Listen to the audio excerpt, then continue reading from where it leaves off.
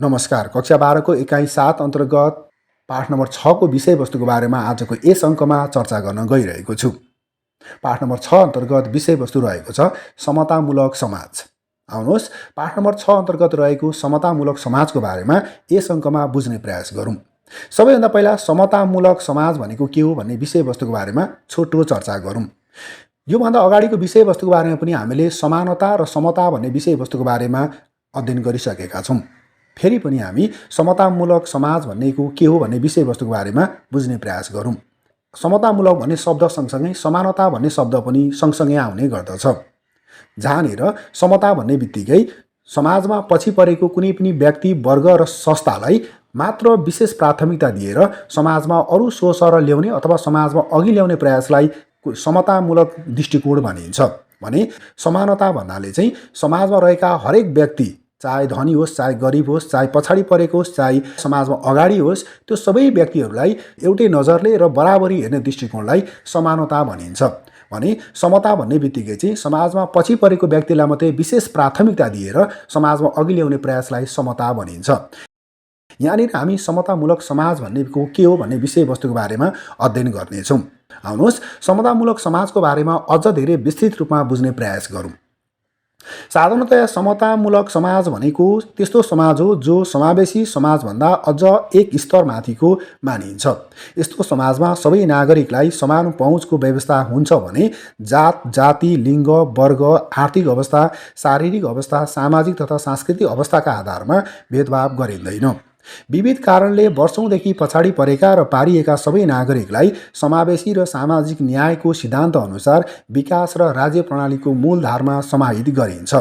हाम्रो जस्तो विविधता र आर्थिक सामाजिक विषमतायुक्त राष्ट्रमा समतामूलक समाजको निर्माण एकैपटक हुन सक्दैन। यो अन्तिम गन्तव्य हो। त्यसैले हाम्रो जस्तो मुलुकले समतामूलक समाजको प्राप्तिका लागि समावेशीकरणको सिद्धान्तलाई मार्गका रूपमा प्रयोग गरेको पाइन्छ, जस अन्तर्गत सकारात्मक विभेद, समानुपातिक प्रतिनिधित्व, आरक्षण र कोटाका माध्यमबाट पहुँच, सशक्तिकरण एवं मूल प्रवाहीकरण गर्ने प्रयत्न गरिएको छ। समाजमा भएको विविधतालाई अवसरको रूपमा अंगीकार गरी कसैलाई पनि वञ्चितीकरण नहुने अवस्थाको सृजना गरिन्छ। समाज र राज्य सबैको हो, यहाँ सबै समान छन् भन्ने भावनाको विकास गरिन्छ। हुने खाने र हुँदा खाने बीचको खाडलको अन्त्य गरी सबैलाई सम्मानपूर्वक बाँच्ने वातावरण तयार गरिन्छ। सबैले आफ्नो इज्जत, प्रतिष्ठा र आर्थिक एवं सामाजिक विकासमा समाहित हुने वातावरण तयार गरिन्छ। विकासको प्रतिफल सबैले पाउने सुनिश्चितता गरिन्छ।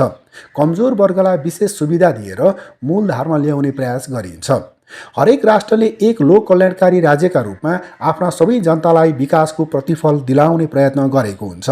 सामाजिक न्यायको सिद्धान्त बमोजिम सबै नागरिकले विकासको प्रतिफल प्राप्त गर्ने सुनिश्चितताका लागि विभिन्न उपायहरू अपनाएका हुन्छन्। नेपालको संविधानमा समानताको हक अन्तर्गत भनिएको छ, राज्यले नागरिकहरूका बीच उत्पत्ति, धर्म, वर्ण, जात, जाति, लिङ्ग, आर्थिक अवस्था, भाषा, क्षेत्र, वैचारिक आस्था वा यस्तै अन्य कुनै आधारमा भेदभाव गर्ने छैन। यसको अर्थ हुन्छ यो देशमा राज्यले प्रदान गरेका सबै प्रकारका सेवा सुविधामा सबै जनताको समान अधिकार छ।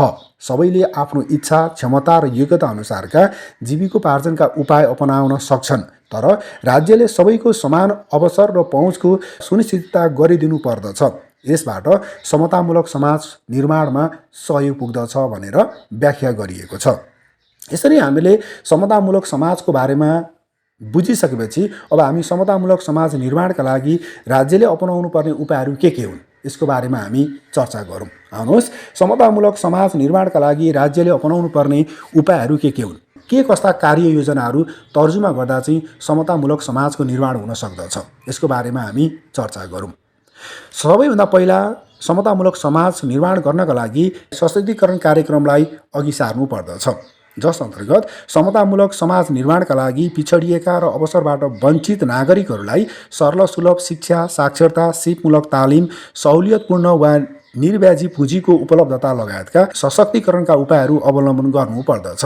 त्यसै गरी नम्बर दोस्रोमा छ मूल प्रवाहीकरण। मूल प्रयागीकरण अन्तर्गत जबसम्म देशमा आर्थिक तथा सामाजिक रूपले पछाडि परेका वा पारिएका वर्गलाई मूलधारमा समाहित गरिँदैन तबसम्म समतामूलक समाज विकासको परिकल्पनासम्म गर्न सकिँदैन। त्यसैले ती वर्गलाई विकासको मूल प्रवाहमा समाहित गर्नका लागि सामाजिक न्यायको सिद्धान्त अनुसार सकारात्मक विभेदको नीति लिनुपर्दछ। त्यसैगरी नम्बर तेस्रोमा छ हस्तक्षेपकारी नीति। हस्तक्षेपकारी नीति अन्तर्गत राज्यमा मूल प्रवाहीकरणमा आउन नसकेका वर्गलाई समाहित गर्नका लागि राज्यले हस्तक्षेपकारी नीति अवलम्बन गर्नुपर्दछ। नेपालमा लक्षित वर्गका नागरिकका लागि तालिम, पुँजी र रोजगारीको व्यवस्था आदि यसका उदाहरणहरू हुन्। त्यसैगरी हामीसँग अर्को नम्बर रहेको छ रोजगारमूलक लक्षित कार्यक्रम। रोजगारमूलक लक्षित कार्यक्रम अन्तर्गत समाजमा पिछडिएका क्षेत्र, जाति, लिङ्ग र आर्थिक पछौटेपन भएका वर्गका लागि रोजगारमूलक लक्षित कार्यक्रमहरू सञ्चालन गर्नुपर्दछ। यसले उनीहरूको आर्थिक अवस्थामा सुधार ल्याई सशक्तिकरणमा मद्दत पुग्दछ। त्यसैगरी अर्को विषयवस्तु रहेको छ सहज र नियोजित पहुँचको सुनिश्चितता। यस अन्तर्गत समाजमा हुने र नहुने बीचको खाडल कम गर्नका लागि जातीय, भाषिक, लैङ्गिक, शारीरिक अवस्था एवं आर्थिक कारणले पछाडि परेका वर्गलाई मूलधारमा समाहित गर्नका लागि सहज र नियोजित पहुँचको सुनिश्चितता गर्नुपर्दछ। पहुँचका नाममा अपर्याप्त र अर्थहीन सहभागिताले न्याय गर्न सक्दैन। त्यसैले पर्याप्त र सारभूत एवं नियोजित पहुँचको सुनिश्चितता गर्नुपर्दछ। त्यसैले अर्को विषयवस्तु रहेको छ सुशासन। सुशासन अन्तर्गत समतामूलक समाज निर्माणका लागि सुशासन अनिवार्य शर्त हो। सुशासनले मात्र नागरिकमा राज्यप्रति अपनत्व वृद्धि गर्दछ, भ्रष्टाचार नियन्त्रण गर्न र विधिको शासन कायम गर्न मद्दत गर्दछ। सुशासन भएन भने उल्लेखित कुनै पनि उपायले सामाजिक न्याय प्राप्त गर्न सक्दैन। त्यसैगरी हामीसँग समतामूलक समाज निर्माणका लागि हामीसँग अन्तिम विषयवस्तु रहेको छ समावेशीकरण। समावेशीकरण अन्तर्गत विभिन्न समयमा विभिन्न कारणले राज्यमा पछाडि परेका वा पारिएका विकासको अधिकारबाट सुसम्पन्न गराउने कार्य नै समावेशीकरण हो। वर्गीय विभेद, सामाजिक सांस्कृतिक आस्था र परम्परा वा पहिचानका आधारमा गरिने समुदायगत विभेद एवं भौगोलिक भिन्नताका आधारमा गरिने क्षेत्रीय विभेद यसका उदाहरणहरू हुन्। त्यसै गरी लैङ्गिकताका आधारमा महिला तथा यौनिक अल्पसङ्ख्यकमाथि गरिने लैङ्गिक विभेद र शारीरिक अवस्था तथा अशक्तताका आधारमा गरिने विभेद पनि वञ्चितीकरण हो। जुनसुकै किसिमले भएको भए तापनि आजको 21औं शताब्दीमा एक मानवले अर्को मानवप्रति विभेद गर्नु असभ्यता मात्र हो। अझ राज्य स्तरबाट विभेद हुनु र त्यस्तो विभेदलाई सम्बोधन नगर्नु अन्याय हो। त्यसैले यो प्रतिस्पर्धात्मक विश्वमा यस्ता वञ्चितीकरणहरूको अन्त्य गरी लोक कल्याणकारी राज्यको निर्माण गर्नतर्फ धेरै मुलुकहरू लागिरहेको पाइन्छ। यति भन्दै समतामूलक समाज निर्माणका लागि राज्यले अपनाउनु पर्ने उपायहरूको बारेमा हामीले चर्चा गरिसक्यौँ।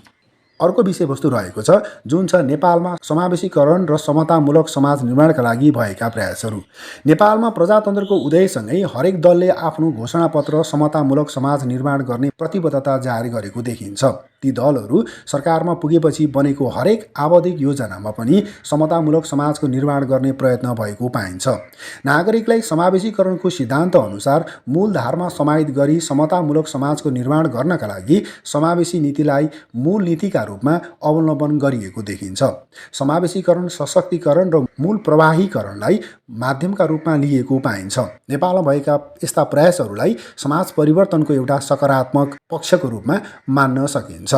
नेपालमा समतामूलक समाज निर्माण गर्नका लागि राष्ट्रपति र उपराष्ट्रपतिको निर्वाचन फरक फरक लिङ्ग वा समुदायको हुनुपर्ने कानुन बनाइएको पाइन्छ। त्यसै गरी सभामुख र उपसभामुखमा पनि एकजना महिला हुनुपर्ने व्यवस्था गरिएको छ। त्यसै गरी राष्ट्रिय सभामा समानुपातिक महिला, आदिवासी, जनजाति, दलित, अपाङ्गता भएका व्यक्ति लगायतका प्रतिनिधित्व हुनुपर्ने व्यवस्था गरिएको छ।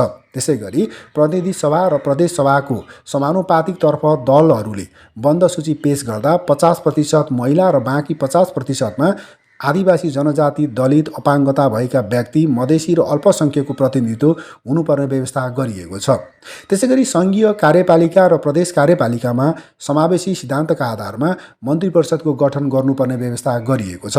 त्यसै गरी स्थानीय स्तरमा गाउँपालिकामा गाउँसभाले निर्वाचन गरेका दलित वा अल्पसंख्यक समुदायबाट 2 जना महिला र 4 जना गरी 6 जना थप सदस्य हुने व्यवस्था गरिएको छ। त्यसै गरी नगर कार्यपालिकामा नगरसभाले निर्वाचित गरेका दलित वा अल्पसंख्यक समुदायबाट 3 जना र महिला 5 जना गरी 8 जना सदस्य थप गरिएको छ। त्यसै गरी जिल्ला सभाले कम्तीमा 3 जना महिला र कम्तीमा 1 जना दलित वा अल्पसंख्यक सहित बढीमा 9 जना सदस्य रहेको जिल्ला समन्वय समितिको निर्वाचन गर्नुपर्ने व्यवस्था गरिएको छ। यी यस्ता कार्यक्रमहरूले नेपालमा समावेशीकरण र समतामूलक समाज निर्माण गर्नका लागि निकै ठुलो टेवा पुर्याएको देखिन्छ। यति भन्दै आजको यस विषयवस्तुको बारेमा चर्चा गर्नुपर्ने विषयवस्तु सकिएको छ। आगामी अङ्कमा अरू विषयवस्तुको बारेमा जानकारी लिनका लागि तपाईहरूले हाम्रो यस च्यानललाई लाइक र सब्स्क्राइब गर्नुपर्ने हुन्छ र छेउमा रहेको बेल आइकनलाई पनि क्लिक गर्नुपर्ने हुन्छ। यति गर्नुभयो भने आगामी अङ्कमा अरू विषयवस्तुहरूको बारेमा गरिएको चर्चा सबैभन्दा पहिला तपाईँले प्राप्त गर्नुहुनेछ भन्दै आजको यस अङ्कबाट बिदा हुन चाहन्छु। हवस् त, धन्यवाद।